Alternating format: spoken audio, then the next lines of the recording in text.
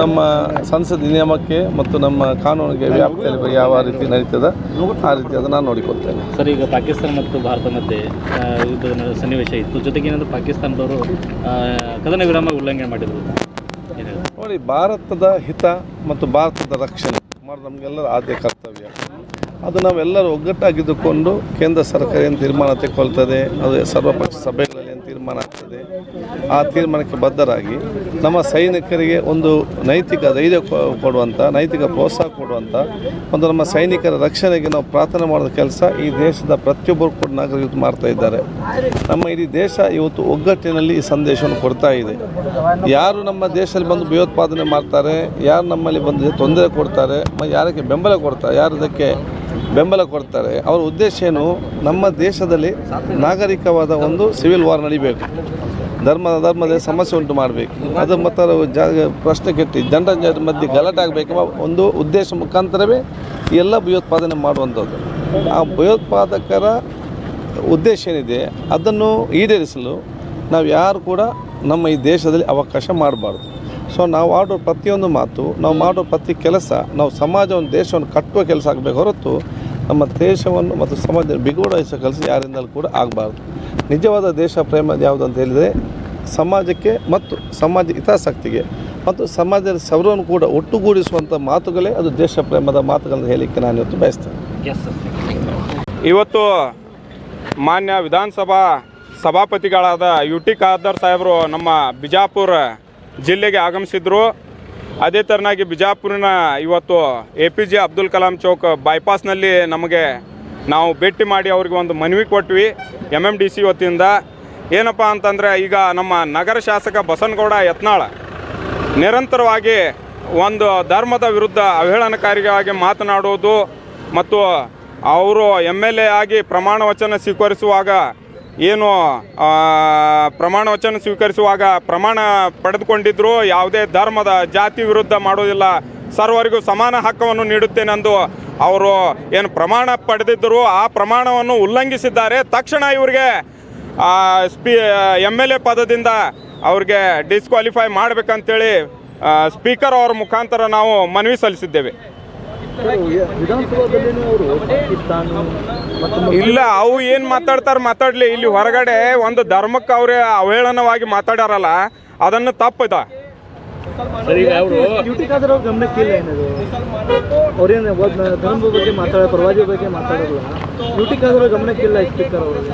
ಇಲ್ಲ, ಗಮನಕ್ಕಿದೆ. ನಾವು ಅವ್ರಿಗೆ ಮನವಿ ಮಾಡ್ತಾ ಇದ್ದೀವಿ. ಈ ಥರ ಅವರು ಶಪಥ ಏನು ಪಡ್ಕೊಂಡಾರ, ಆ ಶಪಥದ ಉಲ್ಲಂಘನೆ ಮಾಡ್ತಾ ಇದ್ದಾರೆ. ಆ ಶಪಥ ಉಲ್ಲಂಘನೆ ಆತಂದ್ರೆ ಅವರು ಶಾಸಕ ಸ್ಥಾನಕ್ಕೆ ಉಳ್ಕೊಳ್ಳೋದು ಅರ್ಹರಲ್ಲ. ಇದು ನಿಯಮಿತವಾಗಿ ನಮ್ಮ ಕಾಂಗ್ರೆಸ್ ಸರ್ಕಾರ, ನಮ್ಮ ಸಿದ್ದರಾಮಯ್ಯ ಸಾಹೇಬರು ಇದನ್ನು ಗಂಭೀರವಾಗಿ ಪರಿಗಣಿಸಬೇಕಾಗಿತ್ತು. ಯಾಕೆ ಪರಿಗಣಿಸ್ತಾ ಇಲ್ಲ ಅಂತೇಳಿ ಅವರು ಕೂಡ ನಾವು ಕೇಳ್ತಾ ಇದ್ದೀವಿ. ಅದೇ ಥರನಾಗಿ ನಮ್ಮ ಮುಸ್ಲಿಂ MLAಗಳು, ನಮ್ಮ ಮುಸ್ಲಿಂ ಮಿನಿಸ್ಟರ್ ಅವರು ಏನು ಮಾಡ್ತಾ ಇದ್ದಾರೆ? ಅವ್ರು ಯಾಕೆ ಬಾಯಿ ಮುಚ್ಕೊಂಡು ಸುಮ್ ಕುಂತಿದ್ದಾರೆ? ನಾವು ಬರೀ ಅದರ್ ಕಾಸ್ಟ್ MLAಗಳಿಗೆ ಇಲ್ಲಿ ಕೇಳಿದ್ವಿ. ಆದ್ರೆ ನಮ್ಮದೇ ಆದಂಥ MLCಗಳು, ರಾಜ್ಯಸಭಾ ಸದಸ್ಯರು, MP ಗಳು, ಮುಸ್ಲಿಂ MP ಗಳು, ಮುಸ್ಲಿಂ MLAಗಳು ಅವ್ರೇನು ಮಾಡ್ತಾ ಇದ್ದಾರೆ? ಅವ್ರಿಗೂ ಕೇಳ್ತೀವಿ ನಾವು ಈ ಮುಖಾಂತರ. ಕೇವಲ ಇಲ್ಲಿ ಯಾವುದೋ ಒಬ್ಬ ಮೌಲಾನಾ ಬೆನ್ನ ಹತ್ತಿ ಹೋಗಿ ಅಲ್ಲಿ ಮೌಲಾನಾ ಕೆಲಸ ಮಾಡ್ಕೊಂಡು ಬರೋದು ಇದೇ ಆಗತ್ತದ ನಾಟಕ. ಬೆಂಗಳೂರಿಗೆ ಹೋಗ್ತಾರ, ಒಂದು ಟೀಮ್ ತೊಗೊಂಡು ಹೋಗಿ ತಮ್ಮ ಇದಕ್ಕೆ ಫಂಡ್ ಹಾಕ್ಕೊಂಡು ಬರೋದು. ಫಂಡ್ ಬೇಡ ನಮಗೆ. ನಮ್ಮ ಹುಜೂರ್ ಪ್ರವಾದಿಯವ್ರ ಬಗ್ಗೆ ಏನಾಗ್ಯದಲ್ಲ, ಸುಮ್ಮ ಅಲ್ಲಿ ನಿಂತು ಒಂದು ಸ್ವಲ್ಪ ಹತ್ತಂಗೆ ಕರೆದಂಗೆ ಮಾಡಿ ಮತ್ತು ಅದೇ ನಾಟಕ ಮಾಡೋದಲ್ಲ. ಸ್ಪಷ್ಟವಾಗಿ ಹೇಳ್ತಾ ಇದ್ದೀವಿ, ಬಿಜಾಪುರ ನಗರದ ಜನತೆ ಎಲ್ಲರೂ ಕೂಡಿ ನಿಮ್ಮದು ಎಲ್ಲ ಅಬ್ಸರ್ವ್ ಮಾಡತ್ತೀವಿ ನಾವು. ನಾಳೆ ನೀವು ಸರಿಯಾಗಿ ಮುಸ್ಲಿಂ MLAಗಳಿಗೆ ಹೋಗಿ ನೀವು ಭೇಟಿ ಆಗಬೇಕು. ಇವತ್ತು ಮುಂದಿನ ದಿನಗಳಲ್ಲಿ ನಿಮ್ಮ ವಿರುದ್ಧ ಹೋರಾಟ ಚಾಲು ಆಗ್ತದೆ. ಮುಸ್ಲಿಂ MLAಗಳು ಬಾಯಿ ಮುಚ್ಕೊಂಡು ಇನ್ನೂವರೆಗೂ ಒಂದು ಕೂಡ ಮಾತಾಡಿಲ್ಲ. ಯಾಕೆ ಮಾತಾಡಿಲ್ಲ ನೀವು? ಮಿನಿಸ್ಟ್ರ್ ಯಾಕೆ ಮಾತಾಡಲಿಲ್ಲ ರೀ? ನಿಮಗೆ ಹಕ್ಕಿಲ್ಲ? ಹುಜೂರ್ ಪಾಕ್ ಸಲ್ಲಲ್ಲಾಹು ಅಲೈಹಿ ವಸಲ್ಲಂ ಇಡೀ ವಿಶ್ವಕ್ಕೆ ಅವರು ಪ್ರವಾದಿಗಳು, ನಿಮಗೆ ಸಂಬಂಧ ಇಲ್ಲ? ನೀವು ಮಾತಾಡಬೇಕು. ಅವ್ರ ವಿರುದ್ಧ ಹೋಗಿ CM ಅವರ ಹತ್ರ ಹೋಗಿ ಮಾತಾಡಿ. ಈ ಥರ ಮಾಡ್ತಾ ಇದ್ದಾರೆ. ಇಡೀ ವಿಶ್ವಕ್ಕೆ ಶಾಂತಿ ದೂತ ಆಗಿ ಬಂದಂಥವ್ರ ಬಗ್ಗೆ ಮಾತಾಡಿದ್ದಾರೆ. ಇವ್ರಿಗೆ ಯಾಕೆ ನೀವು ಕ್ರಮ ಕೈಗೊಳ್ಳಂಗಿಲ್ಲ ಅಂತೇಳಿ ಮುಸ್ಲಿಂ MLAಗಳು, MP ಗಳು, ರಾಜ್ಯಸಭಾ ಸದಸ್ಯರು ಅಷ್ಟು ಜನ ಹೋಗಿ ಒಂದು ನಿಯೋಗ ಹೋಗಿ ಭೇಟಿ ಆಗ್ರಿ. ಇದನ್ನು ಇವತ್ತು ನಾನು ಹೇಳ್ತಾ ಇದ್ದೀನಿ, ನಾಳೆ ಇಡೀ ಕರ್ನಾಟಕ ಹೇಳ್ತದೆ ನಿಮ್ಗೆ. ಸ್ಪೀಕರ್ ಅವರಿಗೆ ಮನವಿ ಕೊಡ್ತೀವಿ, ಅದು ಮನವಿಗಾಗಿ ಏನಿದೆ? ಮನ್ವಿದಾಗ ಅವ್ರಿಗೆ ಡಿಸ್ಕ್ವಾಲಿಫೈ ಮಾಡ್ರಿ ಅಂತ ಅದ ರೀ. ಸ್ಟಾರ್ಟಿಂಗೇ ನಿಮಗೆ ಹೇಳಿದೆ ನಾನು. ಟೈಮಿಂಗ್ ಕೊಟ್ಟಿರಿ ನೀವು ಈ ಟೈಮ್ದಲ್ಲಿ ಮಾಡಬೇಕು ಟೈಮಿಂಗ್ ಅವರ ಸ್ಪೀಕರ್ ಅವ್ರಿಗೆ ಪರಮಾಧಿಕಾರ ಇದೆ. ಅವರು ಇವತ್ತು ಮಾಡ್ಬೋದು, ಅದಕ್ಕೆ ನೋಟಿಸ್ ಮಾಡಿ ಮುಂದಿನ ತಿಂಗಳನ್ನು ಮಾಡ್ಬೋದು. ಆದ್ರೆ ಮಾಡಿ ಅಂಥೇಳಿ ನಮ್ಮ ಕರ್ತವ್ಯ, ನಾವು ಮಾಡಿ ಅಂಥೇಳಿ ಹೇಳ್ತಾ ಇದ್ದೀವಿ. ಇದು ಕಾನೂನಾತ್ಮಕ ಹಕ್ಕನ್ನು ನಾವು ಕೇಳ್ತಾ ಇದ್ದೀವಿ. ಅವ್ರು ಮಾಡಿದಂತಹ ಕೃತ್ಯವನ್ನು ಖಂಡಿಸಿ ನಾವು ಇವತ್ತು ಮನವಿ ಕೊಡ್ತಾ ಇದ್ದೀವಿ. ಸರ್, ಇದು ಮುಸ್ಲಿಂ ಹೋಡದಲ್ಲಿ ಬಂದಿದ್ದು ಸರ್ಕಾರ, ಈಗ ನೀವೇ ಅವರಿಗೆ ನಿಮ್ಮ ಹಕ್ಕು ಕೇಳೋದು ಪ್ರಶ್ನೆ ಯಾಕೆ ಬಂತು ಅಂತೇಳಿ ಒಂದು ಪ್ರಶ್ನೆ ಕೇಳಬೇಕಲ್ರಿ. ಯಾವಾಗ ಸರ್ಕಾರ ಕೇಳಂಗಿಲ್ಲ, ನಾವು ಕೇಳಬೇಕು. ಅವ್ರು ನಮ್ಮ ಮಾತು ಕೇಳಲಿಲ್ಲ ಅಂದ್ರೆ ನಾವು ಅವ್ರಿಗೆ ಕೇಳಬೇಕಾಗ್ತದ. ಎಷ್ಟು ಸಲ ಸಿಎಂ ಅವರು ಹೇಳ್ಯಾರ ಮುಸ್ಲಿಂ 84% ಜನರು ನಮಗೆ ವೋಟ್ ಹೌದು ಸರ್ಕಾರ ನಮ್ಮ ಅಧಿಕಾರದಲ್ಲಿ ಬಂದಿದೆ ಅಂತ ಹೇಳಿ ಈಗ ಕೇಳತ್ತೀವಿ. ಅವ್ರು ಮಾಡಬೇಕಾಗಿತ್ತು ಸೋ ಮೋಟೋ ಆಗಿ ಅವ್ರ ಮೇಲೆ ಸರ್ಕಾರ ಕೇಸ್ ಮಾಡಬೇಕಾಗಿತ್ತು. ಆದರೆ MMDC ವತಿಯಿಂದ ನಾವು ಹುಬ್ಬಳ್ಳಿಯಲ್ಲಿ ಆದಂಥ ಘಟನೆ ಬಗ್ಗೆ ನಾವು ಹೋಗಿ ಕೇಸ್ ಮಾಡಿದ್ದೀವಿ. ಅದೇ ಥರನಾಗಿ ಮತ್ತೆ ಹೋಗಿ ಪಂಚನಾಮ ಮಾಡಿ ಕೇಸ್ ಫಿಕ್ಸ್ ಮಾಡಿದ್ದೀವಿ, ಗಟ್ಟಿ ಮಾಡಿದ್ದೀವಿ. ಆ ಕೇಸನ್ನು ಈ ಸರ್ಕಾರ ಸರಿಪಡಿಸಿ ಅದರಲ್ಲಿ ಪರ್ಫೆಕ್ಟ್ ಚಾರ್ಜ್ ಶೀಟ್ ಮಾಡಿ ಅವ್ರಿಗೆ ಶಿಕ್ಷೆ ಆಗುವ ನಿಟ್ಟಿನಲ್ಲಿ ಕೆಲಸ ಮಾಡ್ಬೇಕಂತೇಳಿ ಆಗ್ರಹ ಪಡಿಸ್ತೀವಿ. ಯಾವುದಿಲ್ಲ, ಅವು ಬೇರೆ ಕೇಸಿಗೆ ತೊಗೊಂಡಾರ, ಇದಕ್ಕೇನು ಅಷ್ಟೇ ಏನೂ ಇಲ್ಲ ಸರ್. ಇವತ್ತು ಅವ್ರು ಹೇಳಿದ್ದಾರೆ ಅಂಬೇಡ್ಕರ್ ಅವರು ಮುಸ್ಲಿಂ ಅವರಿಗೆ ಅವಾಗೆ ಪಾಕಿಸ್ತಾನ್ಗೆ ಕಳಿಸ್ಬಹುದು ಅಲ್ರಿ. ಅವರು ಇವ್ರ ಬಗ್ಗೆ ಎಷ್ಟು ಹೇಳ್ಯಾರ ಗೊತ್ತದ? ಪುಸ್ತಕ ಅದಾವ ಬರ್ದಿದ್ದ. ಇವರು ಬಾಬಾ ಸಾಹೇಬ್ರಿಗೆ ಊರೊಳಗೆ ಕರ್ಕೊಳ್ಳಿಲ್ಲ, ಸಾಲಿ ಒಳಗೆ ಕರ್ಕೊಳ್ಳಿಲ್ಲ, ಕೆರೆ ಮುಟ್ಲಾಕ್ ಕೊಡಲಿಲ್ಲ, ಅವೆಲ್ಲ ಹೇಳಂಗಿಲ್ಲನ?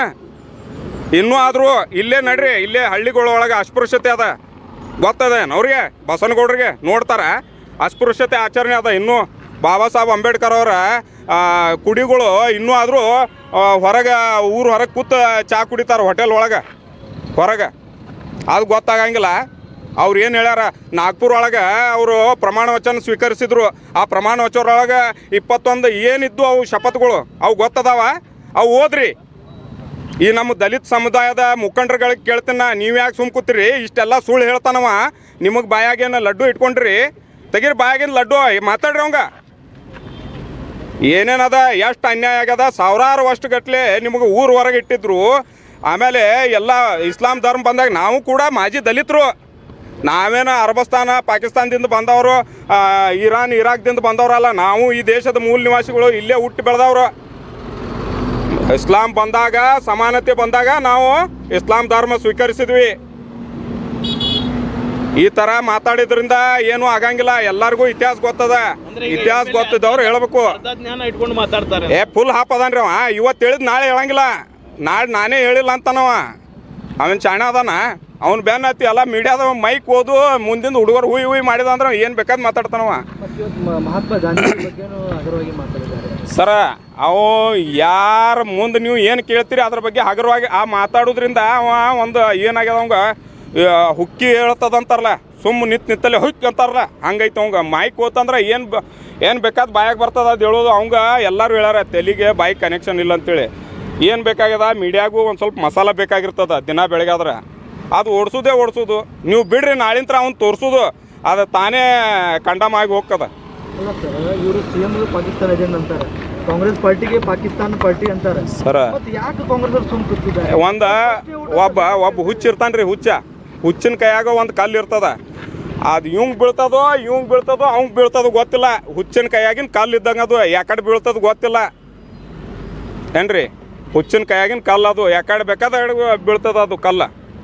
ಈಗ ಮುಂದೆ ಯಾವ ರೀತಿ ನಿಮ್ಮ ಇಲ್ಲ, ನಮ್ಮ ಹೋರಾಟ ನೋಡ್ರಿ, ಅನ್ಯಾಯ ಸಂವಿಧಾನಬದ್ಧ ಕಾನೂನುಬದ್ಧ ಹೋರಾಟ ಮಾಡೋರೇ, ಮಾಡ್ತಾ ಇರೋರೇ. ಇಂಥವ್ರಿಗೆ ಕಿತ್ತು ಒಗೆಯುತ್ತಾನ ನಾವು ನಿರಂತರ ಹೋರಾಟ ಮಾಡ್ತೀವಿ. ಈ ಎಲ್ಲ ಅಸಂವಿಧಾನಿಕ ಧಾರ್ಮಿಕ ಭಾವನೆಗಳನ್ನು ಕೆರಳಿಸಿ ಹಿಂದೂ ಮುಸ್ಲಿಮರಲ್ಲಿ ಏನು ಬಾಂಧವ್ಯ ಕೆಡಿಸುವಂಥ ಕೆಲಸ ಮಾಡ್ತಾ ಇರುವಂಥವ್ರಿಗೆ ನಾವು ಕಿತ್ತು ಒಗೆಯೋರಿಗೆ. ಈಗ ನೋಡ್ರಿ ಏನು ಹೇಳ್ತಾನವ, ಇಲ್ಲಿ ಪಾಕಿಸ್ತಾನ ಇಂಡಿಯಾ ಇದು ನಡೆದದ, ಯುದ್ಧ ನಡೆದದ. ಇದು ಕರ್ನಾಟಕ ಯಾರು ಹೇಳ್ರಿ? ಎಲ್ಲ ಪಾಕಿಸ್ತಾನ ಧ್ವಂಸ ಮಾಡಿದವ್ರು ಯಾರಿಗೆ ಹೇಳವ? ಪಾಕಿಸ್ತಾನಿಗೆ ಹೋಗ್ರಿ ಬೆಳಗ್ಗೆ ಎದ್ರೆ ಹೇಳ್ತಾನೆ. ಅವರೆಲ್ಲ ಯಾರು ಸತ್ತವ್ರು? 3 ಮಂದಿ ಕರ್ನಲ್ಗಳು ಸತ್ತಾರ. ಬಿಹಾರ್ ಒಳಗೆ ಒಬ್ಬ ಅಜೀಜ್ ಅಂತ ಸತ್ತಾರ. UP ಒಳಗೆ ಮುಸ್ತಫಾ ಅಂತ ತೀರ್ಕೊಂಡಾರ. ಫ್ಲೈಟ್ ಲೆಫ್ಟಿನೆಂಟ್ ಜನರಲ್ ಯಾರವ್ರು? ನಮ್ಮ ಕುರೇಶಿ ಅವ್ರು ಅದಾರ, ಸೂಫಿಯಾ ಕುರೇಶಿ. ಏನು ಸುಮ್ಮ ಬಾಯಿಗೆ ಬಂದಂಗೆ ಹೇಳ್ಕೊಳ್ಳೋದು, ಇಲ್ಲಿ ತಮ್ಮ ರಾಜಕೀಯ ಬೆಳೆ ಬಯಸ್ಕೊಳ್ಳೋದು. BJP ಅವರ ವಾದ ಹೊರಗೆ ಹಾಕ್ಯಾರ, ಇನ್ನೇನು ಉಳಿತಲ್ಲಿ. रहमतुल्लाहि वबरकातुहू। जैसा कि अभी सभी माध्यम के लोग जानते हैं कि बीजापुर शहर में बीजापुर नगर के MLA बसवन गौड़ा पाटिल को लेकर गहमा गहमी है। इसकी एक ख़ास वजह यह है कि आए दिन इसके मुंह को लगाम बिल्कुल भी नहीं है। मुसलमानों के खिलाफ जहर उगलने का काम लगातार कई सालों से ये जाहिल MLA करता रहा है। इसके बावजूद भी मुसलमान अपने सब्र का मुजाहिरा करते आ रहे हैं, इंशाअल्लाह ताला करते रहेंगे। लेकिन जब इसने आप सल्लल्लाहु अलैहि वसल्लम के शान में गुस्ताखी की तो ये नाकाबिल बर्दाश्त है। इसको मुसलमान किसी भी कीमत पर बर्दाश्त नहीं करेगा, चाहे वो MLA हो, चाहे वो किसी भी दर्जे का नागरिक हो। मुसलमान आप सल्लल्लाहु अलैहि वसल्लम की बेहुरमती, उनके शान में गुस्ताखी एक सेकंड के लिए भी बर्दाश्त करने के लिए तैयार नहीं है।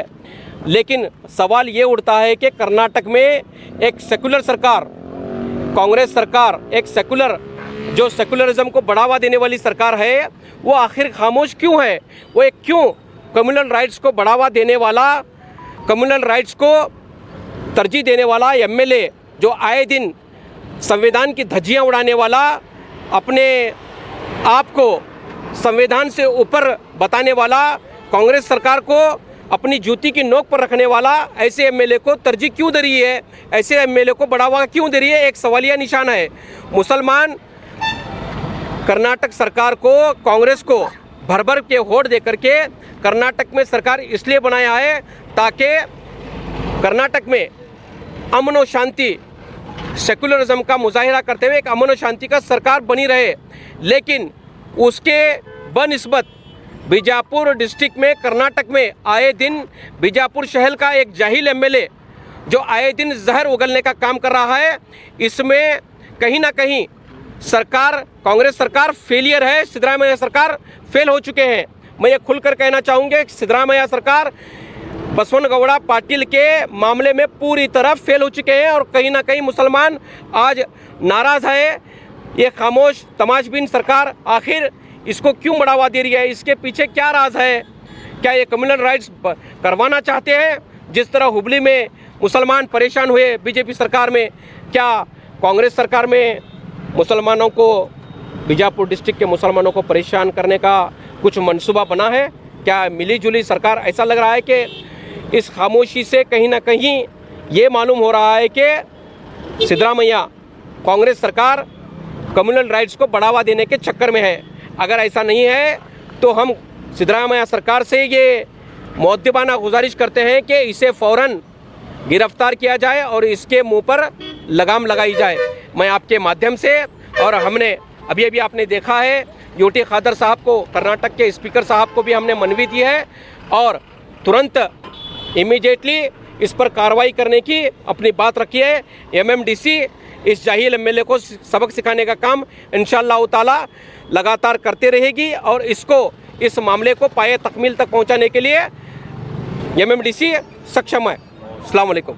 FIR दर्ज किया है, अभी तक कार्रवाई नहीं। ये मैं आपको शकील साहब पहले भी बता चुका हूँ, कर्नाटक सरकार बसवन गौड़ा पाटिल के मामले में पूरी तरह फेल हो चुकी है।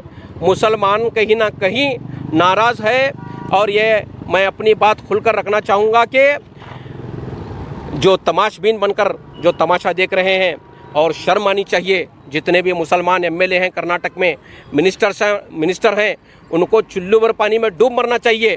क्योंकि जब नबी का मामला आता है, आप सल्लल्लाहु अलैहि वसल्लम का मामला आता है, तो गूंगे भी बोल उठते हैं, गूंगे भी अपना एहतजाज दर्ज करते हैं। मैं मुसलमान MLA से और मिनिस्टरों से चुल्लू भर पानी में डूब मरने का आपके माध्यम से उनको आह्वान करता हूँ कि